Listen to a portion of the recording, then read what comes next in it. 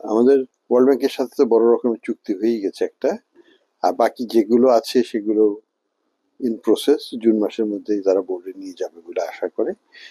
এখন আইএমএফ এর ব্যাপারটা এখনো একটু ঝুলে আছে, ইন দ্য সেন্স যে আমাদের কিছু ফাইনাল এগ্রিমেন্টের জন্য কালকে ডেট ঠিক করা হয়েছে ওই কিস্তিগুলো ছাড় করার ব্যাপারে।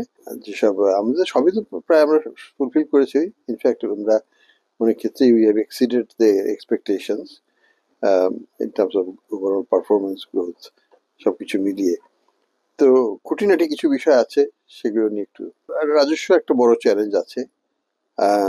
এক্সটার্নাল সেক্টরে এখন আর চ্যালেঞ্জের কথা বলছে না, কারণ আমাদের তো এখন কারেন্ট অ্যাকাউন্টে মোটামুটি আমরা ব্যালেন্সড পজিশনে আছি। আমাদের ফরেন এক্সচেঞ্জ সিচুয়েশন অনেক ইমপ্রুভ করে গেছে, কোনো শর্টেজ নেই কোথাও, চাইলেই পাওয়া যায় এখন।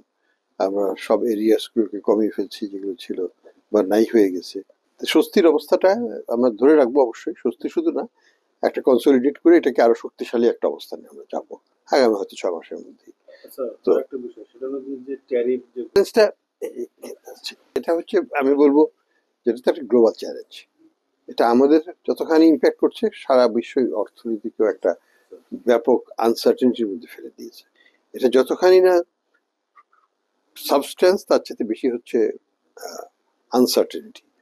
এবং ফলে যেটা হচ্ছে যে বিশ্ব পরিস্থিতিটা ওটা থমকে গেছে এখন, বিশ্ব বাণিজ্যই বলি, বিশ্ব বিনিয়োগ বলি, এবং সবারই একটাই হলো যে কি হতে যাচ্ছে নেক্সটে, কি হবে। কারণ প্রপার পলিসি ফর্মুলেশন সেভাবে এখন পর্যন্ত দেখা যাচ্ছে না। তবে বায়োল্যাটারাল নেগোসিয়েশন শুরু হয়েছে অন্য দেশের সাথে, বাংলাদেশেরও আমাদের ট্রেড ডেলিগেশন এখানে আছে, তাদের সাথে ইউএস ট্রেড ডিপার্টমেন্টের কথাবার্তা হচ্ছে। তো এটা কতখানি এগিয়েছে জানি না, কিন্তু আমাদের ধারণা যে Bangladesh is ready to respond positively, এবং আমাদের একটা সমঝোতা আশা করি। সিল্কোর সিল্ক অ্যান্ড শাইন, যাতে আছে আর্গান অয়েল ও ওট প্রোটিনের গুডনেস, যা আপনার চুলকে রাখে হেলদি অ্যান্ড শাইনিং।